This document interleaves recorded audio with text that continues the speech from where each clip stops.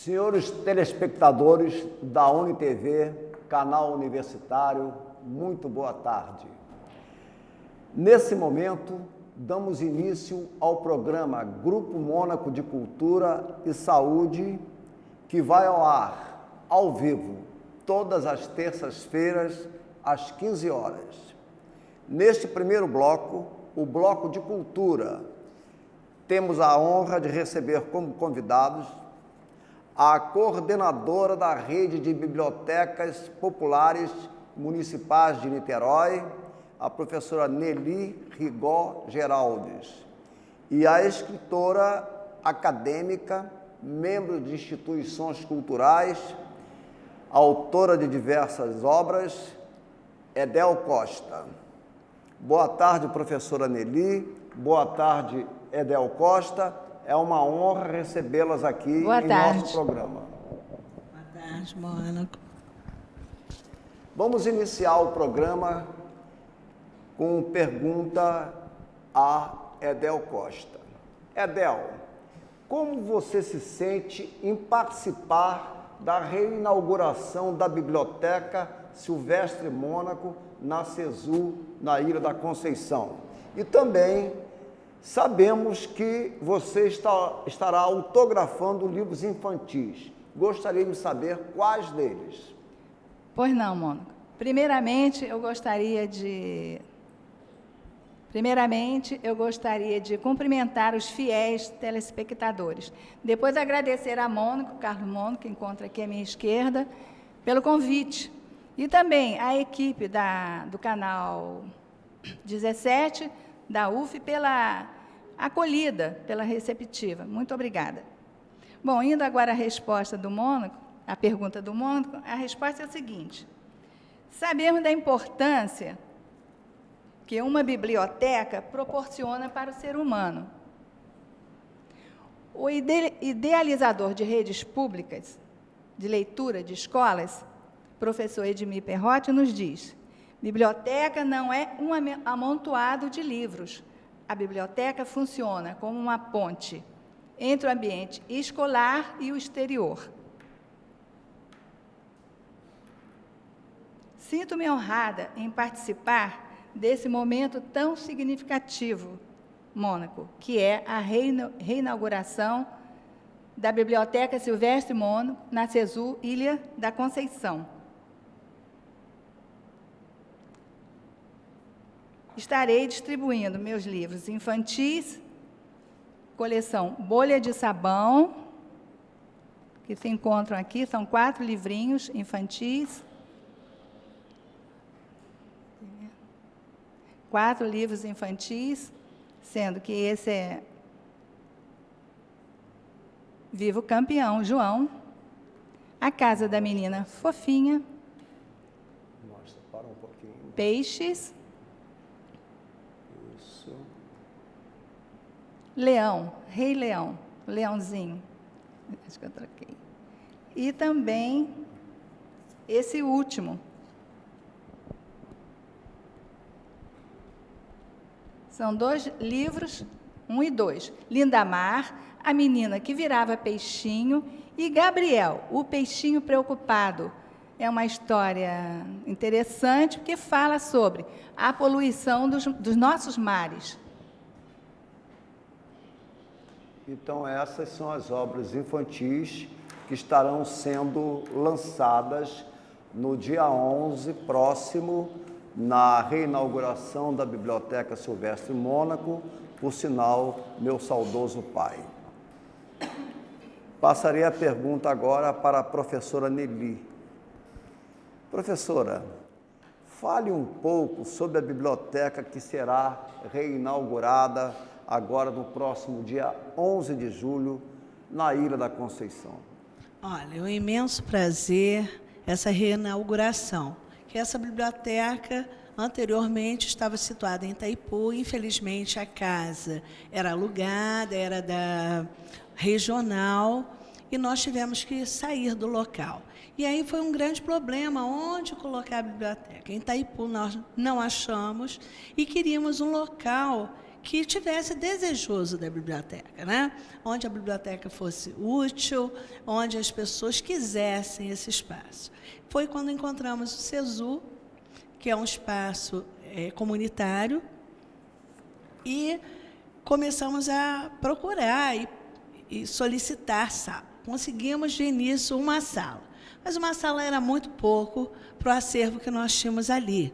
Que nós temos aproximadamente ali 4.500 livros. Hoje, mais. É o que veio originário lá de Itaipu. E, como só tínhamos conseguido uma sala, vai uma sala. Quando começamos a colocar os livros, vimos que era muito pouco.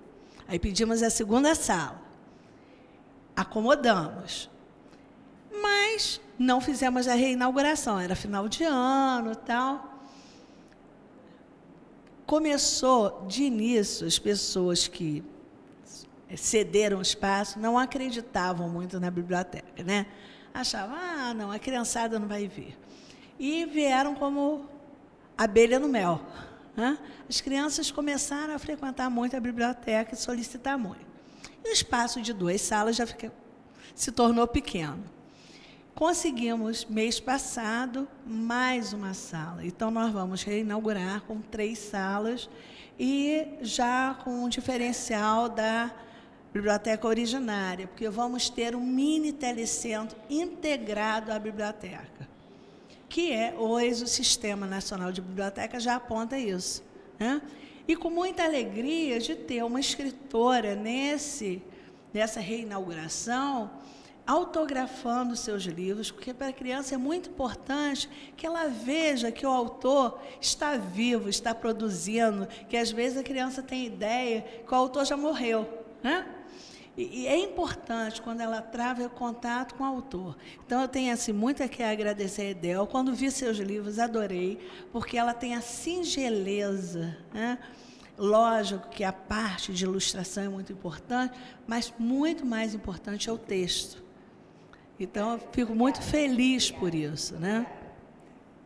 E, sem dúvida alguma, a Edel Costa é considerada aqui um dos grandes destaques do meio literário de nossa cidade. Obrigada.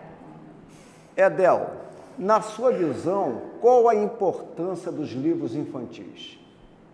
Na minha visão, o livro infantil cumpre a função diferente do didático. Ocupa o lugar da aprendizagem não formal. Proporciona à criança o exercício da imaginação, exemplos de moral, prazer espiritual e ainda o da percepção visual que a professora acabou de citar, no caso de a criança ainda não ser alfabetizada. Também ensina a criança a questionar. Importantíssimo, não é? Um bom livro leva sempre a questionamento. É verdade? Verdade. Bom, passamos agora para a professora Nelly. Professora, quantas bibliotecas municipais populares, né, de Niterói existem? E também queria saber qual a importância delas para o incentivo à leitura. Olha, hoje a nossa rede é composta de 5 bibliotecas, elas são localizadas em pontos periféricos. Nós temos a Silvestre Mônaco, que, como já foi falado, que é na Ilha da Conceição. A primeira que foi inaugurada é no centro da cidade, a Biblioteca Cora Coralina. Temos a Albertina Fortuna Barros, que é no Badu. E temos ainda a Lídia Cifrós Rodrigues, que é em Jurujuba. A nossa menina dos olhos hoje, nesse momento, está sendo da Ilha da Conceição, né? Por ter sido uma biblioteca que mudou de local, teve que o acervo ser todo trabalhado, quando diz trabalhado, catalogado, e isso é um processo contínuo em biblioteca, e a importância das bibliotecas populares na promoção de leitura é trazer esse leitor que muitas das vezes vê a biblioteca como algo distante, ele começar a olhar a biblioteca como um ponto de convergência de cultura, onde todos podem estar, onde todos têm a trocar e onde um livro sempre vai acrescentar. Eu acho que essa é a importância de se promover cultura e leitura nessa questão mais ampla, né? Nós acabamos de sair de um terceiro Salão da Leitura em Niterói, que nos mostrou isso, as diversas facetas dessa leitura hoje, nesse mundo contemporâneo. Então, a biblioteca tem papel fundamental de trazer esse leitor ao momento de trocas e descobertas. Eu acho que é isso. Eu estou muito feliz, né, da Biblioteca Silvestre Mônaco, meu pai, se situar na Ilha da Conceição, porque quando jovem frequentei muito aquele simpático bairro, como meu pai. Meu pai tinha parentes na Ilha da Conceição, né, e frequentemente nós íamos lá visitá-los. Então é um bairro que eu tenho uma simpatia muito grande e estou muito feliz e orgulhoso de meu pai estar sendo homenageado com a biblioteca naquele bairro. Edel, você já escreveu e lançou vários livros temáticos sobre a história de Niterói. Por sinal, todos com grande destaque. Grande repercussão houve. O bairro da Boa Viagem, o bairro do Ingá e uma Fênix Niterói. E várias poesias suas já obtiveram premiações importantes. Verdade. Qual a sensação ao escrever um livro infantil? Primeiramente, eu vou mostrar os livros que eu lancei, escrevi e lancei. Esse aqui pelo Instituto Histórico e Geográfico de Niterói, em 2004. Depois desse, veio o Bairro do Ingá, só que eu não tenho mais nenhum, tenho que fazer nova edição. E agora, em 2010, eu lancei esse Bairro do Ingá, onde tem uma poesia dedicada também a Niterói, às praias, porque eu nasci no bairro da Ponta da Areia, mas percorria todo aquele entorno ali, o centro de Niterói, as praias, né, que meus pais gostavam muito também, e eu os acompanhava quando menina. Então, é uma espécie até de uma memória mesmo, murmúrios. Bom, tudo bem. E então vinha caminhando ali por São Domingos, Graguatá, Boa Viagem, tomava banho em Boa Viagem, chegava às vezes, que eu era menina ainda, até Icaraí, muito difícil. Ficávamos ali na Praça do Ingá, porque eu morava justamente na Rua Presidente Pedreira.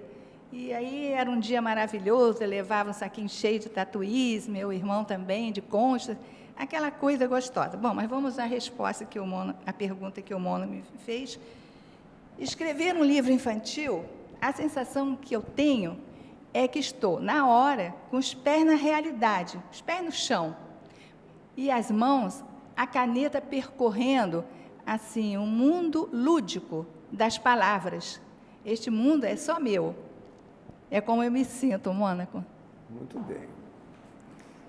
Professora Nelly, as bibliotecas já receberam algum prêmio de incentivo ou incentivo de outros órgãos que não sejam de Niterói? Sim, nós esse ano estamos assim muito felizes, porque nós fomos contemplados. A Biblioteca Nacional, ela fez um recadastramento, ou vamos falar mesmo, um cadastramento de todas as bibliotecas em âmbito nacional. Fossem públicas, fossem particulares, fossem comunitárias, e enviou, através da internet, esse questionário para que as pessoas respondessem. Nós, enquanto rede, respondemos esse questionário, sem intenção alguma, apenas de responder um questionário do Sistema Nacional de Bibliotecas. Qual não foi nossa surpresa que 3 meses depois recebemos um e-mail dizendo que 3 bibliotecas de nossa rede tinham sido contempladas com um valor de R$15.000 cada uma para dinamização de acervo, renovação de acervo. Foi feito um projeto a nível nacional de livro a baixo custo, livros de qualidade, de escritores renomados, editados a baixo custo, a R$10 cada um, no máximo R$10. E veio essa listagem para que nós escolhêssemos. Então, já foi feita essa escolha. Final de julho, iremos estar recebendo esse material. Isso nos deixou muito felizes mesmo, né? Porque nós respondemos sem saber. E essas respostas, elas tiveram pontuação. E uma das nossas maiores pontuações foi devido aos eventos que nós fazemos nas bibliotecas, eventos culturais, para trazer o leitor até a biblioteca. Então, isso foi fonte de orgulho. Já há 2 anos atrás, nós recebemos também o nosso kit modernização na Biblioteca Aguinaldo Pereira de Macedo, que é situada na Vila Ipiranga, um local de baixa renda, né? Um local até de vulnerabilidade social, e por isso a biblioteca foi escolhida. E nesse momento também vamos ter a reinauguração, porque recebemos, junto do kit modernização, um telecentro, também com 15 computadores super modernos, com acesso à internet, aberto à comunidade. Então, hoje, o Sistema Nacional de Bibliotecas, ele incentiva muito que essa nova tecnologia, né, esteja agregado à biblioteca. Muita gente teme isso, acha que o livro vai acabar, que os alunos... Mas eu não vejo dessa forma. Acho que temos que caminhar juntos nisso, né? Dar acesso a essa comunidade, a esses novas tecnologias, e, com isso, ter momentos de sarau, de ler um texto, quando essa criançada e esses adolescentes contarem história. Isso contagia. Então, tem que estar junto, né? Não separado, mas fazer. E, assim, muitos que não conhecem alguns autores importantes da nossa terra começam, e de outros também, né? Começam a conhecer esse mundo mágico que é do livro. Acho que o livro não termina nunca. É verdade. Parabéns pelo seu trabalho, Nelly. Edel, na sua opinião, quando é que um livro infantil atinge o objetivo? Olha, Mônaco, é naquele exato momento em que a criança abre o livro, né? Isso acontece muito, né?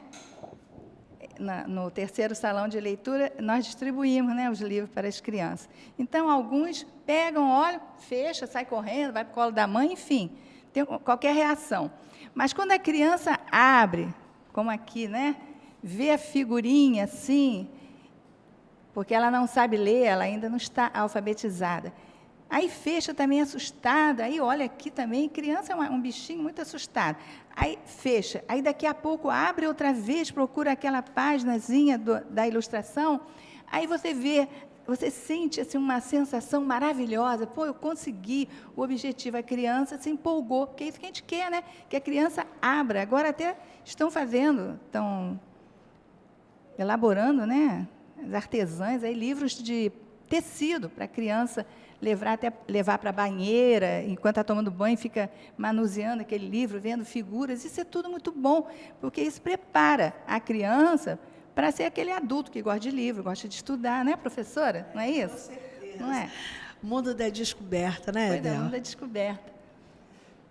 Mônaco, eu queria fazer um pedido, até fora de hora, né? Mas eu sou muito assim também, eu sou muito de momento.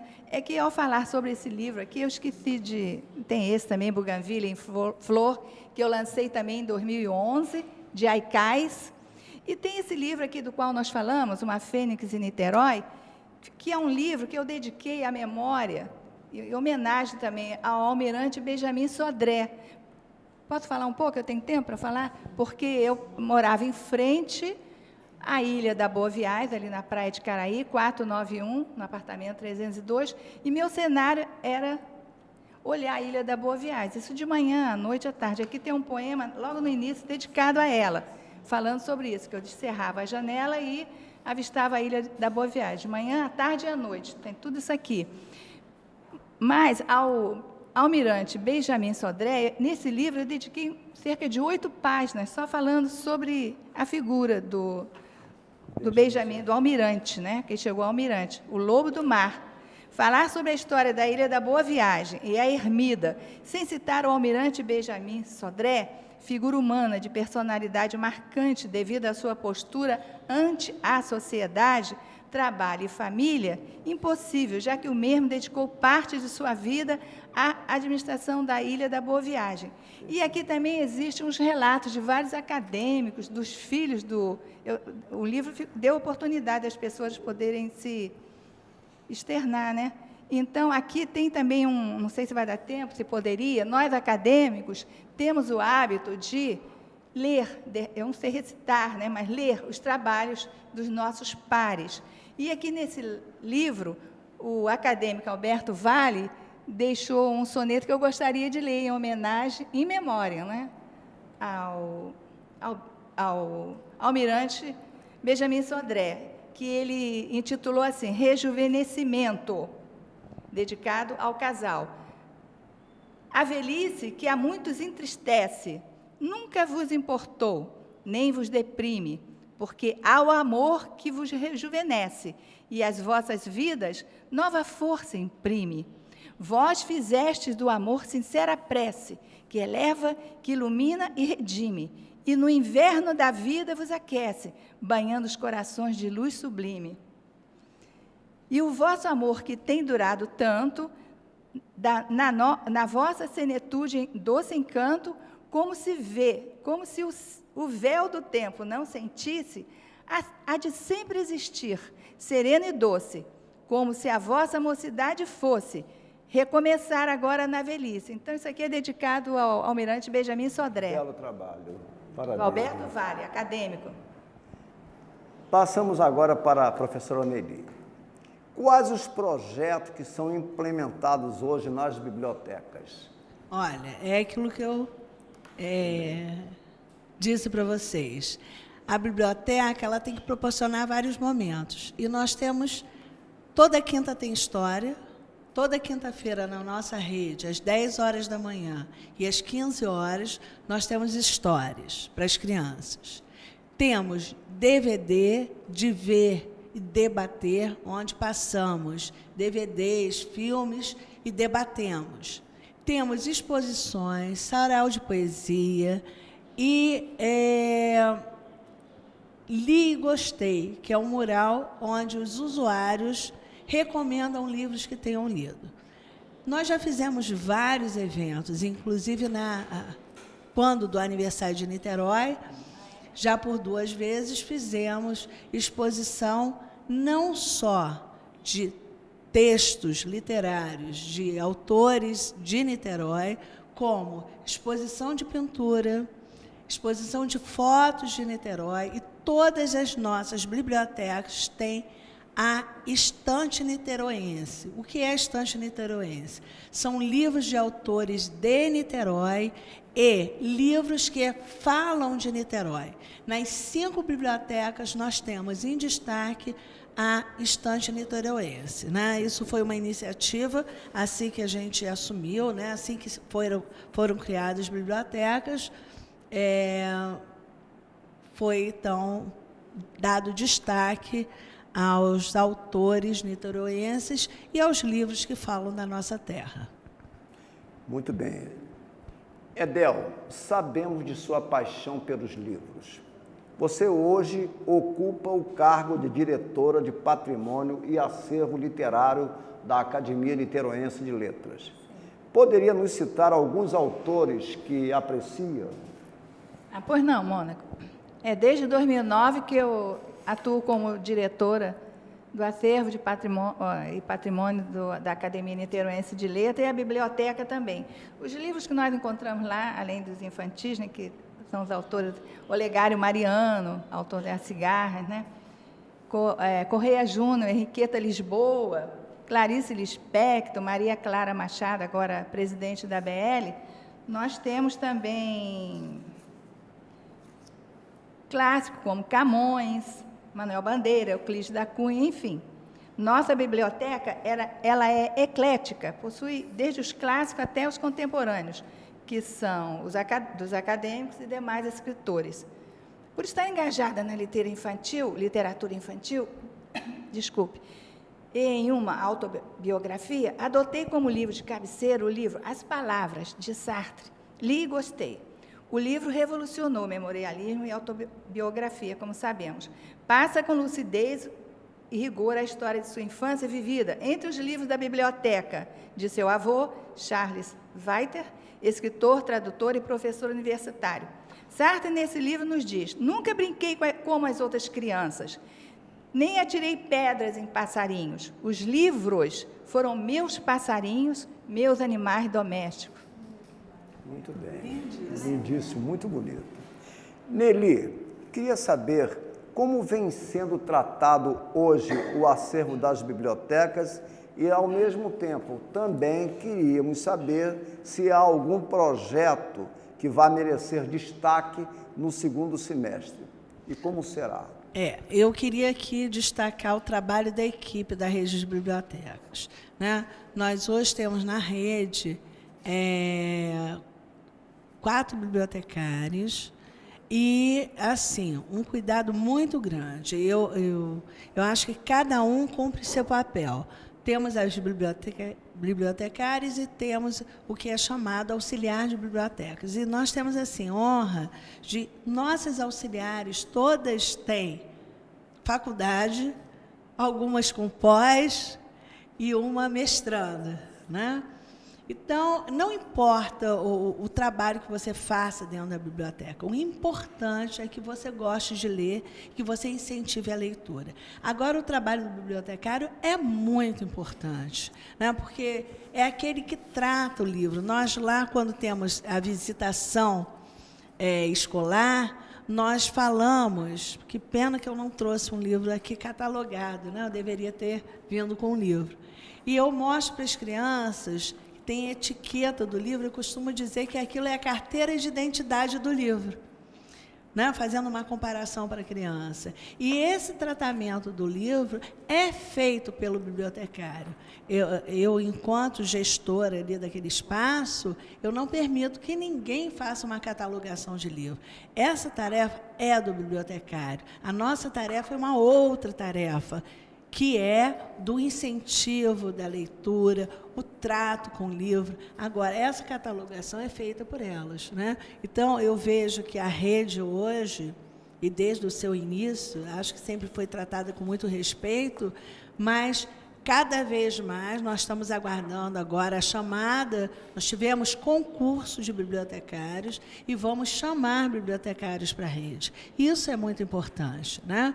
E o projeto para o segundo semestre são as bibliotecas escolares, que é uma lei do governo federal e que a Fundação Municipal de Educação, a cada semestre, né, o projeto é que ela transforme as salas de leituras em bibliotecas escolares. Muito bem. Eu gostaria de agradecer a presença da Edel Costa e também da professora Nelly, aqui no nosso programa. Eu queria aproveitar para fazer um convite para que as pessoas, não só que moram na Ilha da Conceição, dia 11, quarta-feira, a reinauguração da Biblioteca Silvestre Mônaco, às 9 horas da manhã. Então, vocês estão convidados, vamos ter a Edel lá, autografando seus livros para as crianças, vamos ter um grupo de adolescentes fazendo uma roda de leitura, né? E ainda vamos ter pessoas lendo para os adultos também, né? Algumas poesias, tá? Muito obrigado.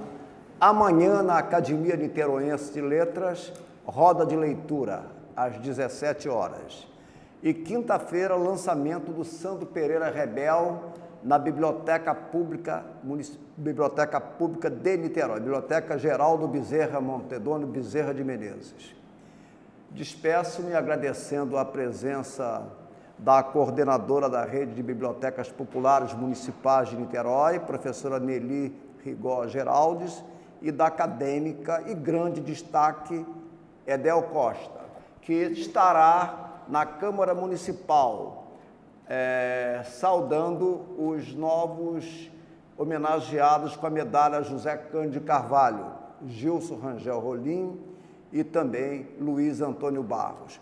O segundo bloco, o bloco de cultura, terá o comando da psicóloga acadêmica, a queridíssima Elizabeth do Vale. Muito obrigado a todos.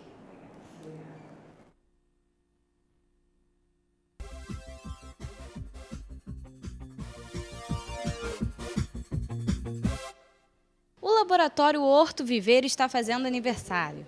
Em junho, o LAVI completou 15 anos e as comemorações foram realizadas junto à Semana do Meio Ambiente. A partir de eventos de educação ambiental junto à comunidade, o LAVI busca divulgar conhecimentos e conscientizar professores, estudantes e toda a população sobre a importância da preservação ambiental nos dias de hoje. Ao longo desses anos, nós temos conseguido participação de alunos que se envolvem no trabalho que a gente tem aqui, no ensino, na pesquisa, na extensão, através dos cursos de graduação de diferentes formações da universidade e de fora da universidade. E eles têm tido espaço para estágio, para o aprendizado da formação básica deles e do intercâmbio entre outros alunos.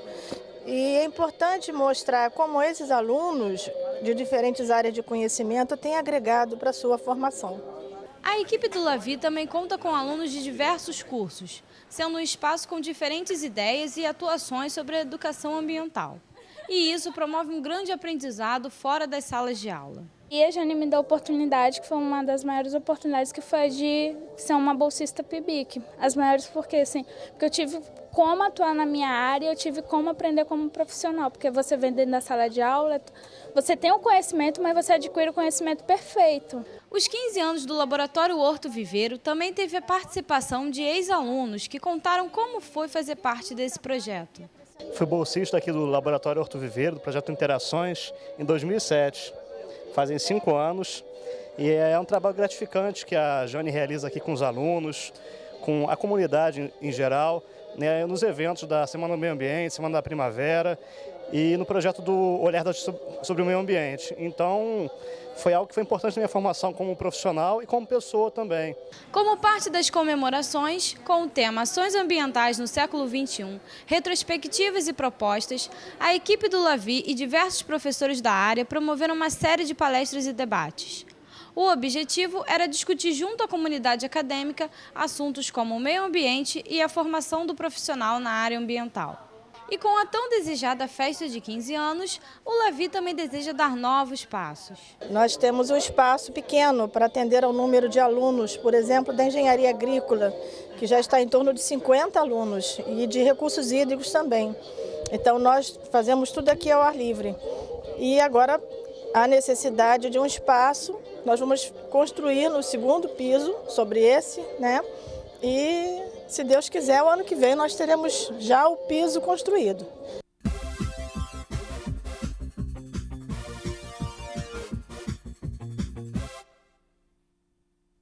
Vou olhar para onde? Para cá. Boa tarde para você, telespectador. Me pegaram aqui esqueceram de me avisar que estava abrindo o programa, viu? É complicado isso. Mas olha, hoje, como vocês veem, eu estou aqui para conversar com você diretamente e responder algumas questõezinhas que nos chegaram por e-mail. Mas antes propriamente de bater esse papo, eu gostaria de mostrar esse lindo livro, né? Não é maravilhoso só a capa do livro, mas acima de tudo o conteúdo desse livro do meu amigo José Hinaldo Alonso, um poeta maravilhoso. E nesse livro eu escolhi um dos sonetos do Hinaldo para dar o meu recado hoje para você que nos assiste. E o soneto chama-se Soneto do Recado. E Hinaldo, nesse soneto, diz assim: fui juntando fracassos pela estrada, acumulei-os nos desvãos do Cido, e agora numa orgia de falido, eis-me sozinho, festejando nada. trago léguas de tempo meu perdido, e para a dor da vida mal usada, respondo com solene gargalhada, sem ficar rebuscando o seu sentido. Enfrento inveja e traições de ingratos, e lavo com luar amargos fatos que vão surgindo pelo meu caminho. Mas para os que me agridem, com seus atos, desafio, quebrando cada espinho. Passarão, diz Quintana, eu, passarinho. Tá vendo? Então essa é uma forma, uma receitinha maravilhosa de bem viver, não é? A partir do momento que a gente percebe que à nossa volta, às vezes existem muito caos, muita desordem, muitas desavenças, não é? E nós estamos envolvidos nessa série de acontecimentos que, de certa forma, tumultuam o nosso viver, não é? A gente faz como o Quintana, que diz no final, vamos ver aqui como é que é o final, vou repetir novamente porque eu acho muito bom, né? O Quintana diz que essas coisas passarão, né? E no final o Hinaldo arremata com também, parafraseando Quintana, dizendo, e eu passarinho, né? Então, se a gente puder ter essa visão do mundo à nossa volta, com certeza nós teremos muito mais serenidade para, de certa forma, interagirmos, né? E, de certa maneira, sermos mais flexíveis, mais tolerantes, mais alegres e, portanto, um pouco mais felizes. Bom, iniciando então o nosso bate-papo de hoje, temos aqui como a primeira colocação de alguém que diz, né, o seguinte: Elizabeth, tenho 39 anos e há 2 anos tomo remédio para depressão.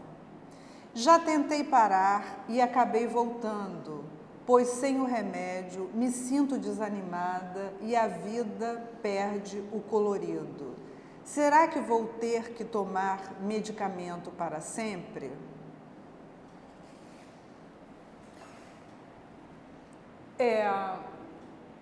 Cada situação é uma situação, cada pessoa é uma pessoa, cada tipo de depressão é causado por um fator diferente e nós temos que levar em conta que nessa situação especificamente de qualquer sintomatologia ou em qualquer doença, nós vamos ter sempre um referencial que é o referencial genético, né? Que nos remete ao conhecimento de que se houver predisposição genética para determinada doença ou determinado sintoma, isso poderá, no decorrer da vida da pessoa, ir, de certa forma, talvez até se cronificando de alguma maneira, dependendo dessa herança genética recebida. Se não houver a propensão genética, com certeza, se houver uma depressão por causas exclusivamente do histórico da pessoa ou de uma situação específica que venha de fora, que seja apenas em função de um estímulo externo, é possível que por um período se tenha que medicar e, às vezes, num próximo ciclo de vida ou num próximo período à frente, um pouco possa se abrir mão da medicação. Mas se houver essa questão da predisposição, como no caso de questões em que a gente percebe que a história familiar vai nos mostrando que existe, familiarmente falando, uma tendência para o desenvolvimento de determinadas doenças ou determinados sintomas em função de causas essas provocadas já por essa predisposição. Então, a gente poderia dizer o seguinte, no fundo, poderíamos focalizar a questão dessa forma. Não faz depressão aquele que quer, mas aquele que pode. Não tem infarto aquele que quer, mas aquele que pode. Não tem uma doença pulmonar aquele que quer, mas aquele que pode. Quer dizer, o que a gente quer dizer com isso? Que se não houver uma predisposição de uma maneira sistêmica em relação ao fato de um facilitador orgânico para que a situação, o adoecer se instale, provavelmente essa coisa não vai se instalar. Agora, se houver já um campo fértil, o que a gente quer dizer com campo fértil? Quer dizer, algo que na nossa memória genética já abre uma brecha para a instalação de determinadas doenças, vamos dizer assim, até porque a depressão é uma doença. Então, a gente vai poder dizer que nesses casos, onde existe esse histórico familiar, onde existe esta predisposição, talvez não se possa mesmo deixar de tomar uma medicação que vai corrigir, provavelmente, alguma falha da produção, no caso aí, de algum neurotransmissor, né, que são produzidos no cérebro e propiciam justamente a troca de informações de um neurônio para outro. E é evidente que se a gente tiver falhas de algumas das substâncias, como a serotonina, que é muito falada, né, que já se fala muito nos recaptadores de serotonina, né, dopamina, noradrenalina, acetilcolina, são muitas substâncias que agem no cérebro, endorfinas, uma série de substâncias, e que não produzidas a contento precisam, de certa forma, de estímulo de determinada química, de determinado medicamento. E com isso a gente altera determinados comportamentos e sintomas, como no caso das depressões. Então, quer dizer, existem casos e casos, depressões e depressões. É preciso sempre um bom profissional para poder fazer esse diagnóstico certinho e até passar para o cliente que está atendendo, quer dizer, qual é a situação dele. Né? O que na realidade está causando aquele quadro depressivo. Até para explicar ao cliente, olha, você vai ter que fazer uso ao longo da sua vida, você talvez não possa parar de tomar um medicamento, né? É um quadro já crônico, mas a gente tem que, no caso dessa questão, poder, de certa forma, atentar para que, a um determinado momento da vida, nós todos ficamos, ao longo da nossa vida, dependentes em relação a alguns medicamentos que vão sendo utilizados em decorrência justamente da baixa de produções de determinados hormônios no organismo que vão decaindo com o decorrer do aumento da faixa etária. Ou seja, com a idade, ao longo da nossa vida, nós vamos tendo que gradativamente repor algumas substâncias no nosso organismo, como, por exemplo, a questão da osteoporose, né? Do enfraquecimento dos ossos, né? Tem pessoas que fazem uma reposição hormonal e tudo bem, mas quem não pode fazer reposição hormonal, às vezes faz reposição de cálcio, faz vitamina D, faz aí uma série de medicações tentando justamente preencher essa falha que com o decorrer da idade vai cada vez, né, ficando mais escassa a produção e ocasionando sintomas. Então, o que a gente pode dizer é que é muito difícil que ao longo da vida um ser humano não fique dependente de alguma medicação. Então, não vamos ter nisso um olhar pessimista, né? É até bom o fato da gente saber que existe tratamento. Pior é se não existisse o tratamento e se o remédio não fizesse efeito algum.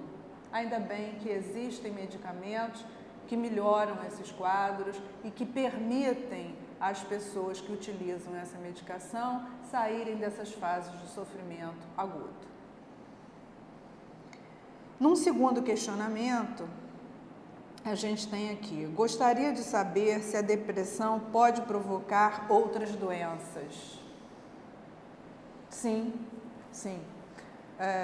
Os quadros de depressão, eles não ocorrem apenas afetando o comportamento das pessoas, mas quando há uma depressão num organismo, né, quando uma pessoa apresenta depressão, ela apresenta também no seu sistema imunológico essas falhas que eu comentei aqui. Quer dizer, o sistema imunológico da pessoa, ele fica deprimido também.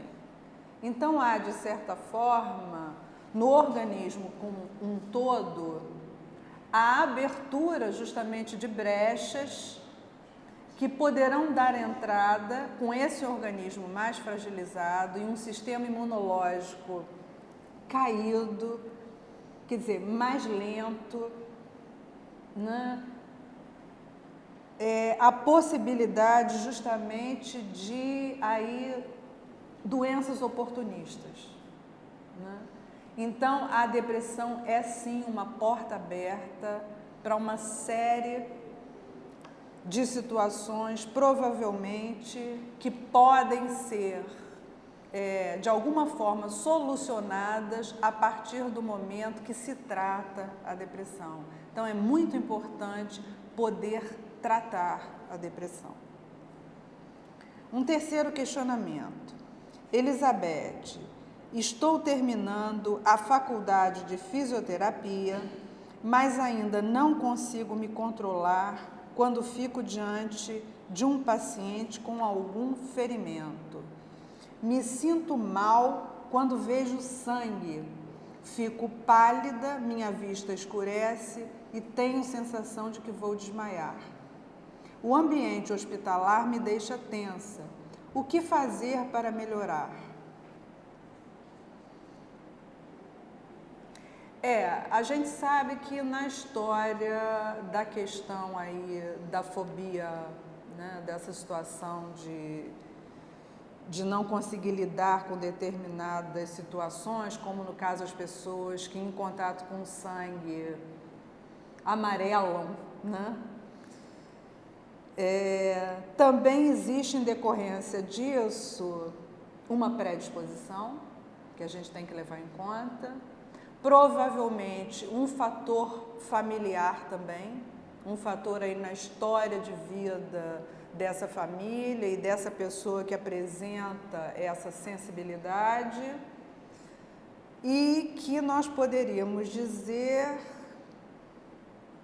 que talvez essa pessoa tenha que criar estratégias, né, de lidar com essa situação, adotando talvez princípios de começar de uma forma, vamos dizer assim, mais direcionada e objetiva a lidar com a situação de forma, vamos dizer assim, controlada no sentido de, bom, hoje eu me aproximo mais talvez de um pequeno ferimento, de um pequeno corte que não me cause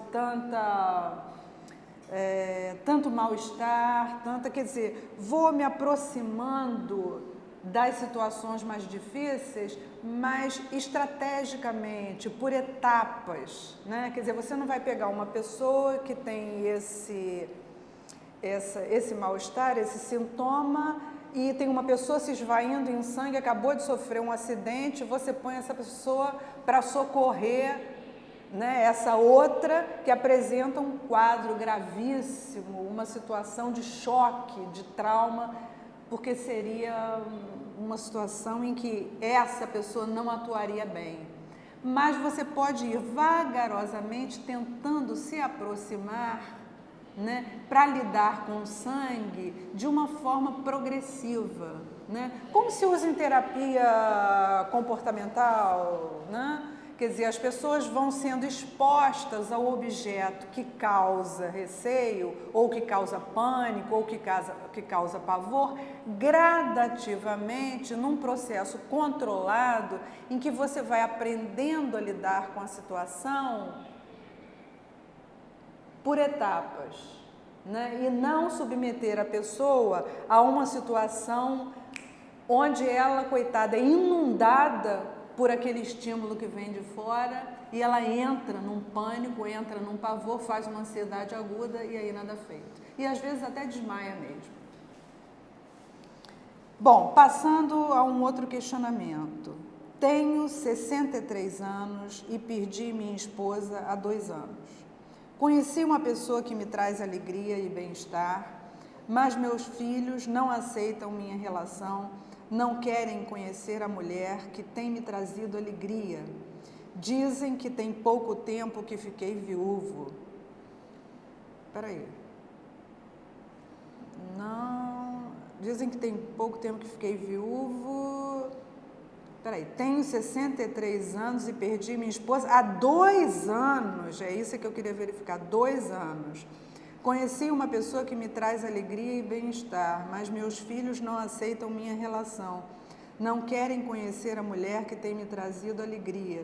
Dizem que tem pouco tempo que fiquei viúvo e me olham de cara feia me fazendo críticas. Será que estou agindo tão mal assim? Estou errado?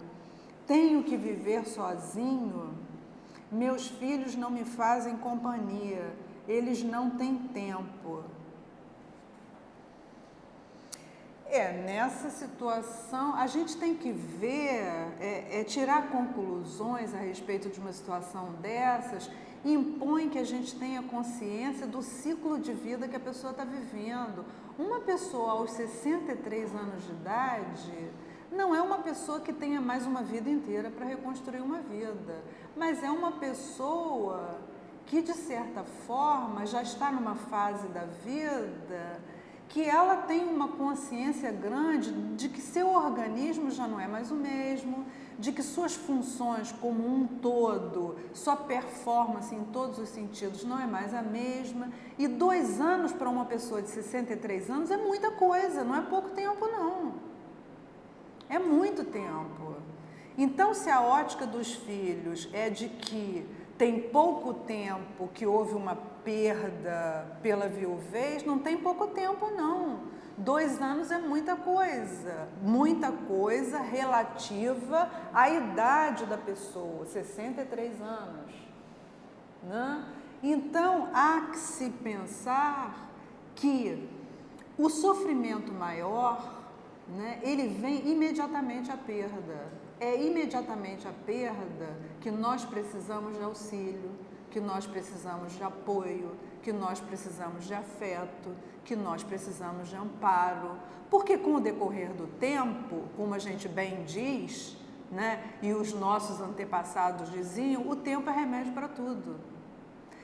Então, se eu ficar 3, 4, 5 anos pensando lá na pessoa que eu perdi, provavelmente, mesmo que eu fique sozinho, eu vou compensando, eu vou esquecendo, eu vou me recuperando, eu vou saindo daquele trauma, daquela perda, daquele vazio, Quer dizer, onde eu preciso mais de amparo é exatamente logo após a perda.